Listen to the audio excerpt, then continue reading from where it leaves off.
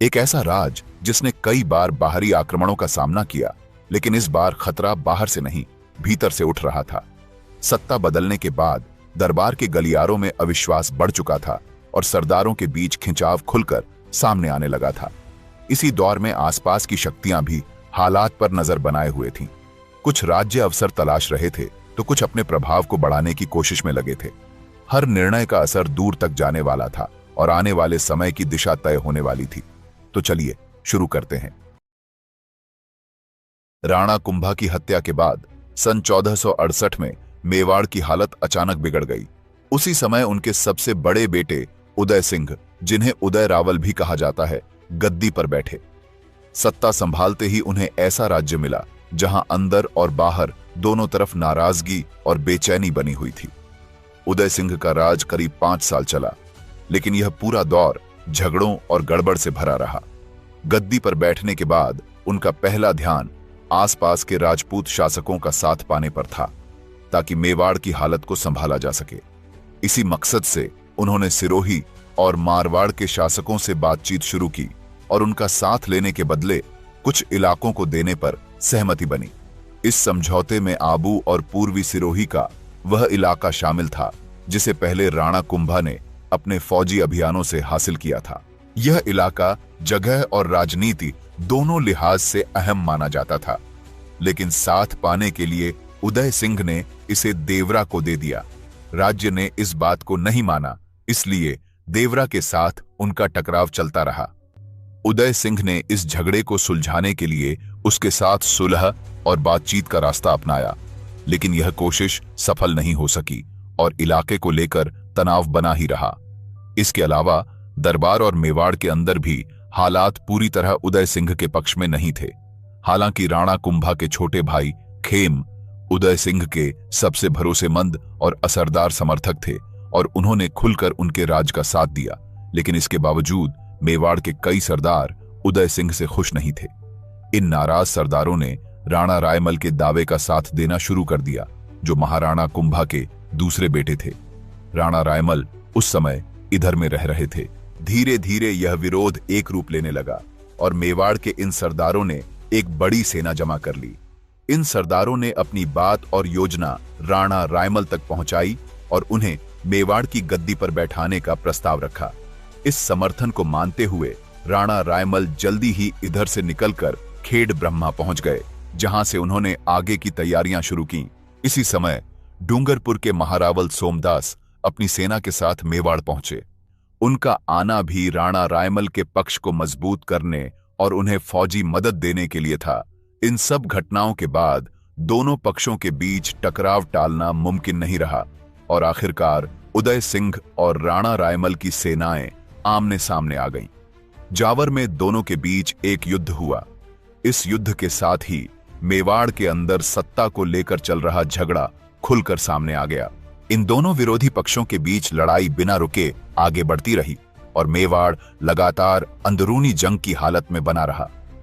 इसी लड़ाई की एक अहम घटना का जिक्र 1545 के एकलिंग मंदिर के शिलालेख में मिलता है, जिसमें दादिमपुर गांव में हुए एक भयानक युद्ध का हाल दर्ज है। यह युद्ध दोनों पक्षों के लिए बहुत अहम था, क्योंकि इसमें बहुत बड़ी तादाद में सैनिक शामिल हुए और आमने सामने की कड़ी टक्कर हुई। इस युद्ध में उदय सिंह के सबसे भरोसेमंद समर्थक खेम खुद युद्ध के मैदान में मौजूद थे और उन्होंने सीधे तौर पर सेना की अगुवाई की। लड़ाई के दौरान दोनों तरफ से तीरों की जबरदस्त बौछार हुई। तीर इतनी बड़ी संख्या में चलाए गए कि मैदान में वे बारिश की तरह गिरते दिखाई दे रहे थे। इस तेज लड़ाई में भारी खून खराबा हुआ और बहुत से सैनिक मारे गए। इसी युद्ध के दौरान खेम की भी मौत हो गई। वे आखिरी वक्त तक मैदान में डटे रहे, लेकिन अंत में उनका जीवन खत्म हो गया। खेम की मौत उदय सिंह के लिए सिर्फ फौजी नुकसान नहीं थी, बल्कि हौसले के लिहाज से भी बहुत बड़ा झटका थी, क्योंकि वे उनके राज्य के सबसे मजबूत सहारों में से एक थे। खेम की मौत के बाद उदय सिंह की हालत तेजी से कमजोर होती चली गई और उनके सामने राणा रायमल की बढ़ती फौजी और सियासी ताकत को रोक पाना मुश्किल हो गया। इसके बाद जावर और पनागढ़ में हुए युद्धों में उदय सिंह को लगातार हार का सामना करना पड़ा। इन हारों से मेवाड़ में उनका असर और कम हो गया और जो सरदार उनके साथ खड़े थे उनका भी हौसला गिरने लगा। इन लगातार फौजी नाकामियों के चलते आखिरकार उन्हें चित्तौड़ का किला छोड़ना पड़ा और वहां राणा रायमल का कब्जा कायम हो गया। इसके बाद राणा रायमल ने अपने कई साथियों की मदद से चित्रकूट पर भी जीत हासिल कर ली। यह जीत उनके पक्ष को साफ तौर पर मजबूत करने वाली साबित हुई और मेवाड़ की सत्ता पर उनका दावा और पक्का हो गया। दूसरी तरफ चित्तौड़ से हटने के बाद उदय सिंह ने कुंभलगढ़ का रुख किया, जिसे उस समय एक सुरक्षित और मजबूत किला माना जाता था। उदय सिंह ने कुंभलगढ़ को अपना आखिरी सुरक्षित ठिकाना समझा, लेकिन वहां भी हालात उनके मन के मुताबिक नहीं रहे, क्योंकि जिस समय वे शिकार पर बाहर गए हुए थे उसी दौरान किले के द्वार उनके ही समर्थकों द्वारा बंद कर दिए गए। इस घटना ने उनकी हालत को और बिगाड़ दिया और यह साफ हो गया कि मेवाड़ के अंदर उनके लिए साथ लगभग खत्म हो चुका था। इस तरह कुंभलगढ़ में भी उनका आधार कमजोर पड़ गया और सत्ता को लेकर चल रहा उनका संघर्ष तय तौर पर उनके हाथ से निकलता चला गया। इस हालत ने उदय सिंह को मेवाड़ भी छोड़ने पर मजबूर कर दिया, क्योंकि कुंभलगढ़ में उनके लिए सत्ता बनाए रखना मुमकिन नहीं था। इस दौरान उनका परिवार किले के अंदर ही रह गया, जबकि किले का असली काबू राणा रायमल को दे दिया गया। कुंभलगढ़ से निकलने के बाद उदय सिंह की आगे की गतिविधियों के बारे में कोई साफ जानकारी नहीं मिलती, इसलिए उनका आगे का जीवन इतिहास में साफ तौर पर सामने नहीं आता। हालांकि कुछ इतिहास के स्रोतों में यह बात मिलती है कि कुंभलगढ़ छोड़ने के बाद उदय सिंह मालवा की तरफ चले गए और वहां जाकर वे गयासुद्दीन से मदद मिलने की उम्मीद कर रहे थे, ताकि राणा रायमल के खिलाफ फिर से ताकत जुटाई जा सके। कुछ दूसरे ब्यौरे बताते हैं कि उदय सिंह कुछ समय तक सोजत इलाके में रहे और वहां से आगे बीकानेर की ओर चले गए। सभी ब्यौरे इस बात पर सहमत हैं कि कुंभलगढ़ छोड़ने के बाद उदय सिंह मेवाड़ की राजनीति से बाहर हो चुके थे और उनका आगे का रास्ता साफ नहीं रहा। इसी समय मालवा में महमूद खिलजी का बेटा गयासुद्दीन गद्दी पर बैठा। फारसी इतिहास की किताबों में गयास-उद-दीन को ऐसे शासक के रूप में दिखाया गया है जो आराम और ऐश में डूबा रहता था और राज के कामकाज में उसकी भागीदारी कम मानी जाती थी। बताया जाता है कि वह अधिकतर अपने हरम तक ही सीमित रहता था और राज के फैसले अपने बेटे नासिर-उद-दीन के हाथ में छोड़ देता था। इस तरह उसकी छवि एक ऐसे शासक की बनती है जो सीधे तौर पर शासन की जिम्मेदारी से दूर रहता था। लेकिन उस समय के दूसरे सबूत इस तस्वीर को पूरी तरह सही नहीं मानते। इन सबूतों के अनुसार गयास-उद-दीन जरूरत पड़ने पर खुद फौजी अभियानों की अगुवाई करता था। खास तौर पर मेवाड़ के शासक के खिलाफ किए गए अभियानों में उसकी सीधी भागीदारी का जिक्र मिलता है। इन बातों से यह साफ होता है कि गयास-उद-दीन सिर्फ नाम का शासक नहीं था, बल्कि खास हालात में फौजी फैसले भी खुद लेता था और अभियानों को चलाता था। यह भी माना जाता है कि मेवाड़ के खिलाफ उसके ये फौजी कदम उदय सिंह के पक्ष को सहारा देने के मकसद से उठाए गए थे। इसके बाद 1473 में गयासुद्दीन ने डूंगरपुर पर हमला किया और इस अभियान में शहर को काफी नुकसान पहुंचाया। इस हमले की पुष्टि डूंगरपुर के रामपोल द्वार पर लगे उसी साल के शिलालेख से होती है। इसमें लिखा है कि राटा और काला नाम के दो बहादुर नागरिकों ने गयासुद्दीन खिलजी की सेना का सामना करते हुए अपनी जान दे दी। यह बात बताती है कि डूंगरपुर में स्थानीय स्तर पर भी कड़ा विरोध हुआ, लेकिन गयासुद्दीन की सेना की संख्या और ताकत के सामने शहर को आखिरकार भारी नुकसान उठाना पड़ा। डूंगरपुर को उजाड़ने के बाद गयासुद्दीन की सेना वहीं नहीं रुकी। वह आगे बढ़ते हुए अहाड़, एकलिंगजी और दिलवाड़ा जैसे अहम स्थानों से होकर गुजरी। इसी रास्ते से आगे बढ़ते हुए सेना ने आखिरकार चित्तौड़ को घेर लिया। चित्तौड़ की इस घेराबंदी के दौरान राणा रायमल के एक सेना नायक ने, जो गौर वंश से जुड़े थे, किले के एक बुर्ज से असाधारण बहादुरी दिखाई। उन्होंने किले की रक्षा करते हुए कई हमलावरों को मार गिराया और मालवा की सेना को भारी नुकसान पहुंचाया। हालांकि इस लड़ाई में उस सेना नायक की भी मौत हो गई। उनके बलिदान के बाद उसी बुर्ज को उनके नाम पर गौर श्रृंग कहा जाने लगा। उनके साहस और योगदान की याद को कायम रखने के लिए राणा रायमल ने उसी जगह उनकी मूर्ति भी लगवाई। इस पूरे संघर्ष में मालवा की सेना को भारी नुकसान उठाना पड़ा और सेना के सेनापति जाहिर उल मलक समेत कई दूसरे बड़े अधिकारी भी मारे गए, जिससे हमलावर सेना की हालत कमजोर हो गई। इन भारी नुकसानों के चलते गयासुद्दीन को इस अभियान में साफ हार झेलनी पड़ी और आखिरकार उसे अपनी सेना को पीछे हटाना पड़ा। इसके बावजूद गयासुद्दीन ने अपने पिता महमूद खिलजी की नीति को अपनाते हुए मेवाड़ के दूसरे अहम किलों पर दबाव बनाए रखने की कोशिश जारी रखी। इसी क्रम में उसने मंडलगढ़ के किले को अपने काबू में लेने की योजना बनाई और इस काम के लिए जफर खान के नेतृत्व में एक सेना भेजी। दूसरी तरफ राणा रायमल ने इस चुनौती को हल्के में नहीं लिया। उन्होंने समय रहते तैयारी की, एक बड़ी सेना जमा की और खुद मंडलगढ़ की ओर कूच किया। दोनों सेनाओं के बीच हुई लड़ाई में हमलावर सेना को कड़ा विरोध झेलना पड़ा और आखिरकार उसे बुरी तरह हार कर पीछे हटना पड़ा। इस हार के बाद मेवाड़ की सेना ने हाड़ौती के खैराबाद तक उनका पीछा किया और वहां हमलावर सेना को लूट लिया। इस पूरे अभियान ने एक बार फिर साफ कर दिया कि मालवा की सेनाएं मेवाड़ की हदों के भीतर कोई कामयाबी हासिल नहीं कर सकीं। मालवा की सेनाओं पर लगातार मिली इन जीतों के बाद राणा रायमल की पहचान और रुतबा साफ तौर पर बढ़ गया। इन अभियानों से यह बात पक्की हो गई कि वे बाहरी हमलों का डटकर सामना कर सकते थे। उनकी फौजी कामयाबियों के चलते आसपास के इलाकों में मेवाड़ की ताकत को गंभीरता से लिया जाने लगा और राणा रायमल की जगह एक मजबूत शासक के रूप में सामने आई।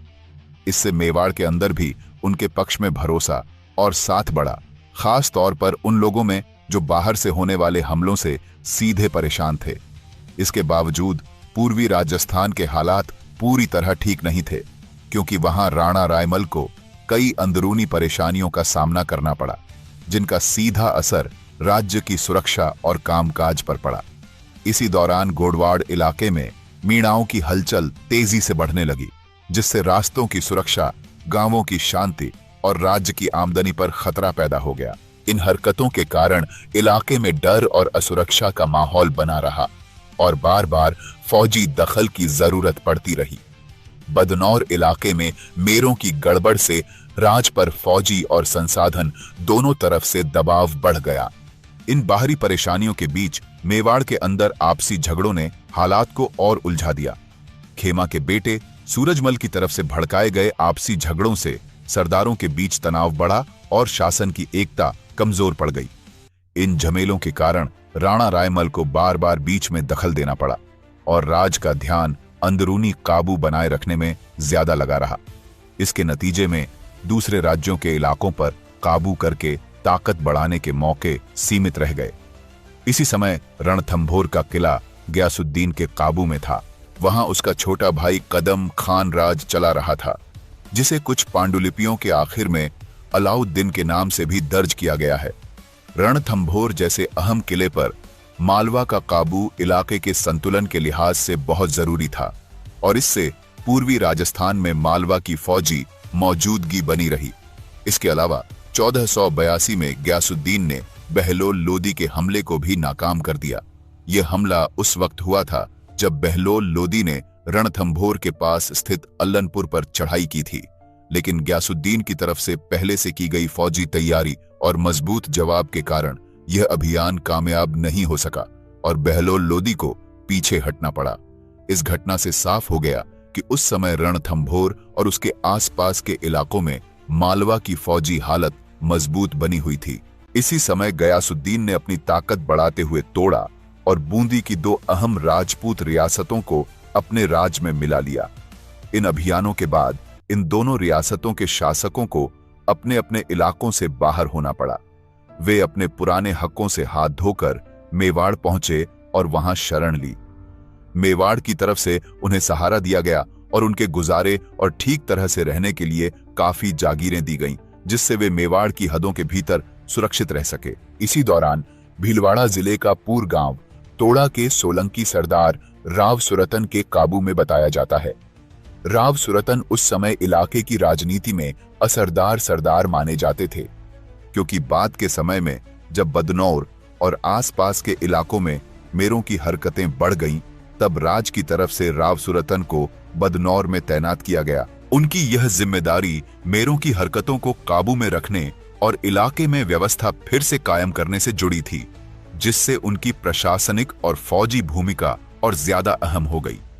इसके अलावा राव सुरतन की बेटी तारा अपने रूप और सुंदरता के लिए काफी मशहूर थी। उसके विवाह को लेकर सियासी और इलाके से जुड़े हित भी थे, क्योंकि राव सुरतन ने अपनी बेटी के विवाह के लिए जो शर्त रखी थी वह सीधे तौर पर तोड़ा के अधिकार से जुड़ी थी। इसी दौरान राणा रायमल के बेटे जयमल की हत्या कर दी गई। बताया जाता है कि जयमल राव सुरतन से उनकी बेटी तारा का विवाह अपने साथ कराने की जिद कर रहा था। इस कोशिश में उसके बर्ताव को गलत माना गया, जिससे हालात तनाव वाले हो गए और आखिरकार यह घटना हो गई। जयमल की हत्या ने पूरे मामले को एक नया मोड़ दे दिया और इससे जुड़े पक्षों के बीच संतुलन पूरी तरह बदल गया। इस उलटफेर के बीच राणा रायमल के बड़े बेटे पृथ्वीराज ने हालात संभालते हुए आगे बढ़कर जिम्मेदारी ली। उन्होंने तोड़ा के सूबेदार लल्ला खान के खिलाफ फौजी कार्रवाई की और उसे हराकर तोड़ा को फिर से अपने काबू में ले लिया। इस जीत के बाद उन्होंने तोड़ा अपने पास रखने के बजाय राव सुरतन को दे दिया। इस कदम से उन्होंने न सिर्फ सियासी संतुलन वापस लाया, बल्कि राव सुरतन के साथ रिश्तों को भी पक्का किया। इसके बाद राव सुरतन ने अपनी बेटी तारा का विवाह कुंवर पृथ्वीराज से कर दिया। इस विवाह के साथ ही पहले से चला आ रहा जयमल की हत्या से जुड़ा विवाद और तनाव खत्म हो गया और तोड़ा से जुड़ा मसला भी सुलझ गया। इस तरह यह पूरा मामला मेवाड़ के अंदर ताकत के संतुलन के एक नए रूप में सामने आया। दूसरी तरफ गयासुद्दीन ने अपने राज का फैलाव जारी रखते हुए चाकसू, सीकर, नरेन्ना, सांभर, आमेर और अजमेर जैसे अहम इलाकों को अपने काबू में ले लिया। इन इलाकों पर पकड़ बनने से मालवा की सियासी और फौजी मौजूदगी राजस्थान के बड़े हिस्से तक फैल गई। इस बढ़त के बाद अजमेर में गयासुद्दीन की तरफ से मल्लू खान को सूबेदार बनाया गया, जो वहां का इंतजाम और सुरक्षा संभाल रहा था। इसी समय मेवाड़ की ओर से कुंवर पृथ्वीराज ने आगे बढ़कर अजमेर पर हमला किया। इस अभियान में उन्होंने अजमेर पर धावा बोलकर उसे लूटा, जिससे वहां मालवा की प्रशासनिक पकड़ को सीधी चुनौती मिली। कहा जाता है कि इसी दौरान कुंवर पृथ्वीराज ने अजमेर के पास एक पहाड़ी पर एक दुर्ग या किला भी बनवाया। इस दुर्ग का मकसद उस इलाके में मेवाड़ की फौजी मौजूदगी को स्थायी बनाना और आगे होने वाली गतिविधियों के लिए एक मजबूत आधार तैयार करना था। इस निर्माण से पृथ्वीराज की आगे की सोच और इलाके पर पकड़ बनाने की योजना साफ नजर आती है, क्योंकि इससे अजमेर और उसके आसपास के इलाकों में उनका असर और ज्यादा मजबूत हो गया। वे सिर्फ नाम के सेनानायक नहीं थे, बल्कि जंग और राजकाज दोनों में खुलकर भाग लेते थे। उनके नेतृत्व में कई बार ऐसे अभियान हुए जिनमें फौरन फैसले लेने और खुद आगे बढ़कर हिम्मत दिखाने की जरूरत पड़ी। पृथ्वीराज ने काफी समय तक कुंभलगढ़ को अपना ठिकाना बनाकर घोड़वार इलाके की जिम्मेदारी संभाली। उस समय इस इलाके में हालात खराब थे और चारों तरफ गड़बड़ मची हुई थी। पृथ्वीराज खुद आगे बढ़े, वहां की स्थिति को काबू में लिया, लोगों की दिक्कतें सुनी और सुरक्षा का इंतजाम मजबूत किया। उनके प्रयासों से गोडवार इलाके में धीरे धीरे हालात सुधरने लगे और वहां फिर से राज का काबू कायम हो सका। इसके बाद पृथ्वीराज कुंभलगढ़ दुर्ग में रहने लगे और वहीं अपनी पत्नी के नाम पर तारा बुर्ज बनवाया। यह निर्माण उस समय के दुर्ग बनाने के चलन के मुताबिक था और कुंभलगढ़ की बनावट में एक अहम जोड़ माना जाता है। इसी दौर में सूरजमल और राणा रायमल के बीच लगातार टकराव बना रहा। यह टकराव राज और अधिकार से जुड़े सवालों को लेकर था, जिससे मेवाड़ के भीतर तनाव बना रहा। आखिरकार राणा रायमल ने इस हालात को संभालने के लिए सारंगदेव को भैंसोड़गढ़ की एक अच्छी जागीर दी। इस फैसले के साथ सारंगदेव को फौजी और प्रशासनिक साधन मिले। इसके बाद सारंगदेव ने सूरजमल के खिलाफ कार्रवाई की और उसे हराकर उस इलाके से बाहर निकाल दिया। इसके बाद सूरजमल और सारंगदेव दोनों ने आगे की कार्रवाई से पहले चित्तौड़ के दूसरे अहम सरदारों से जरूरी फौजी मदद ली। इन सरदारों के सहारे उन्होंने अपनी हालत मजबूत की और मिलकर आगे बढ़ने की तैयारी की। इसके बाद दोनों पक्षों के बीच गंभीरी नदी के किनारे एक जंग हुई। यह जंग खुले मैदान में लड़ी गई, जहां सेनाओं की सीधी टक्कर हुई। इस टकराव में हमला करने वाली सेना को कड़ा जवाब मिला और आखिरकार उसे पीछे हटना पड़ा। जंग का नतीजा हमलावरों के लिए काफी खराब रहा और उन्हें भारी हार झेलनी पड़ी, जिससे आगे की उनकी सारी योजनाएं नाकाम हो गईं। इस जंग के बाद पृथ्वीराज का बर्ताव खास तौर पर ध्यान देने लायक रहा। क्योंकि उन्होंने अपनी जीत के बाद भी खुद पर काबू रखा और हिम्मत दिखाते हुए अपने विरोधियों के शिविर में जाकर उनसे मुलाकात की। वहां उन्होंने जंग में लगी चोटों और मारे गए लोगों के बारे में हालचाल पूछा। उस समय ऐसी बात आम नहीं मानी जाती थी और इससे उनकी निडरता और खुद पर भरोसा साफ दिखता है। दूसरे मौकों पर भी वे बिना बदला लेने या निजी दुश्मनी की सोच के सूरजमल के ठिकाने पर जाते रहे। इस बर्ताव से साफ होता है कि टकराव के बावजूद वे निजी स्तर पर कड़वाहट को बढ़ने नहीं देते थे। इसी समय मालवा में एक बड़ा बदलाव हुआ। गयासुद्दीन की मौत के बाद उसका बेटा नासिरुद्दीन गद्दी पर बैठा। सत्ता संभालने के कुछ समय बाद 1503 में नासिरुद्दीन ने चित्तौड़ के खिलाफ एक फौजी अभियान चलाया। इस अभियान में सूरजमल और उसके कुछ साथियों ने नासिरुद्दीन का साथ दिया। इसके बावजूद यह अभियान कामयाब नहीं हो सका और नासिरुद्दीन को चित्तौड़ के खिलाफ कोई ठोस नतीजा नहीं मिला। फारसी इतिहास के ब्यौरे में इस अभियान से जुड़ी कुछ बातें मिलती हैं, जिनमें कहा गया है कि राणा रायमल ने अपने चाचाओं के साथ मिलकर नासिरुद्दीन के सामने अपनी वफादारी मानी और इसके बदले नासिरुद्दीन ने उन्हें काफी धन दिया। इन्हीं ब्यौरों में यह भी कहा गया है कि राणा रायमल ने एक राजपूत की बेटी दी, जिसका नाम जीवानदास बताया गया है, और फरिश्ता तथा भावनी दास के अनुसार उसे नासिरुद्दीन के हरम में रखा गया, जहां बाद में उसका नाम चित्तौड़ बेगम रख दिया गया। लेकिन ये सारी बातें इतिहास के लिहाज से भरोसेमंद नहीं मानी जाती, क्योंकि असल हालात यह रहे कि इस अभियान में नासिरुद्दीन को बड़ी हार झेलनी पड़ी।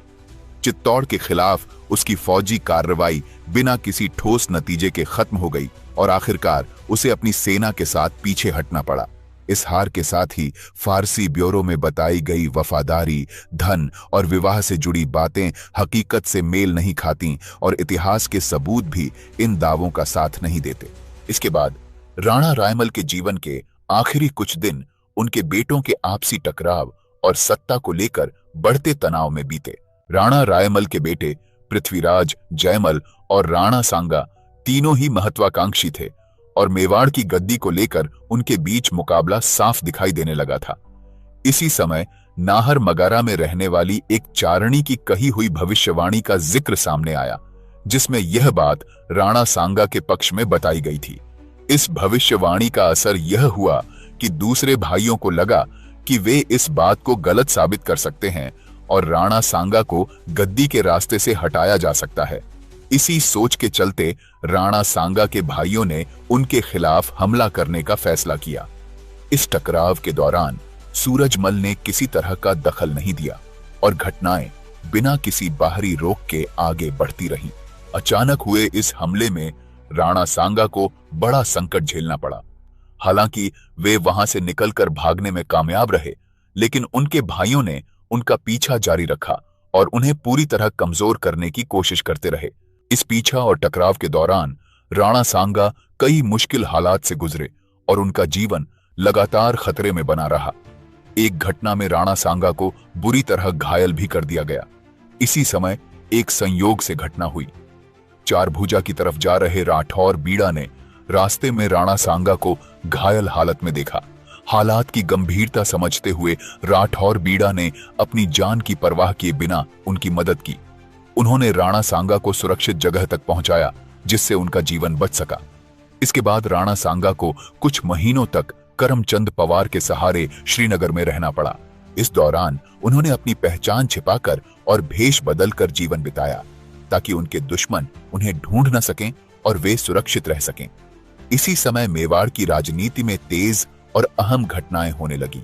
करमचंद पवार के जरिए राणा सांगा की हालत और उनके जिंदा होने की खबर राणा रायमल तक पहुंची। यह खबर मिलने के बाद राणा रायमल ने हालात की गंभीरता समझी और राणा सांगा को वापस बुलाने का फैसला किया। राणा सांगा को फिर मेवाड़ बुलाकर उन्हें महाराज कुमार का पद दिया गया। यह घटना करीब 1508 के आसपास की मानी जाती है और इससे साफ हो गया कि राणा रायमल ने उत्तराधिकारी के सवाल पर राणा सांगा को खुली मान्यता दे दी थी। इसके कुछ समय बाद राणा रायमल की तबीयत खराब होने लगी और आखिरकार 1509 में उन्होंने अपनी आखिरी सांस ली। राणा रायमल की मृत्यु के साथ मेवाड़ में सत्ता बदलने की प्रक्रिया पूरी हो गई।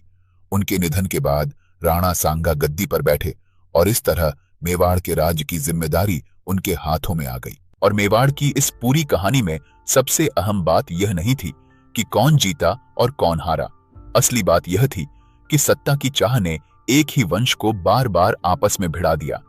बाहर के हमलावर आए गए और फिर लौटे, लेकिन मेवाड़ को सबसे ज्यादा चोट अंदर के टकराव से लगी। राणा रायमल ने आखिरकार राज को संभाला, सीमाओं की रक्षा की और मालवा जैसे ताकतवर दुश्मन को पीछे हटने पर मजबूर किया। यह सिर्फ जंग की कला नहीं थी, बल्कि समझदारी और सही समय पर लिए गए सख्त फैसलों का नतीजा था। जहां दूसरे लोग अपनी निजी चाह में उलझे रहे, वहां राणा रायमल ने राज को सबसे ऊपर रखा। इतिहास अक्सर सिर्फ जीतने वाले का नाम याद रखता है, लेकिन इस दौर ने यह साफ कर दिया कि मेवाड़ की मजबूती किसी एक तलवार से नहीं, बल्कि उस व्यक्ति से बनी जिसने बिखराव के बीच संतुलन बनाए रखा। और यही वजह थी कि जब 1509 में राणा रायमल का अंत हुआ और राणा सांगा गद्दी पर बैठे, तो वह सिर्फ सत्ता बदलना नहीं था, बल्कि एक ऐसे राज्य की विरासत थी जिसने दिखाया कि अंदर की अराजकता को काबू में किए बिना बाहर के दुश्मन को हराना आसान नहीं होता। इतिहास में कई लोग महत्वाकांक्षी थे, कई बहादुर थे, लेकिन मेवाड़ को स्थिरता देने वाला नाम था राणा रायमल। और अगर यह कहानी आपके दिल को छू गई हो, तो राजा सूरजमल के दिल्ली अधिकार की गूंज को महसूस कीजिए, पुरंदर की घेराबंदी को समझिए और रानी कर्णावती के गढ़वाल संघर्ष की कहानी जानना शुरू कीजिए। अगर आपको हमारा रिसर्च अच्छा है तो नीचे डिस्क्रिप्शन में दिए लिंक से सपोर्ट करें। जय हिंद, जय भारत।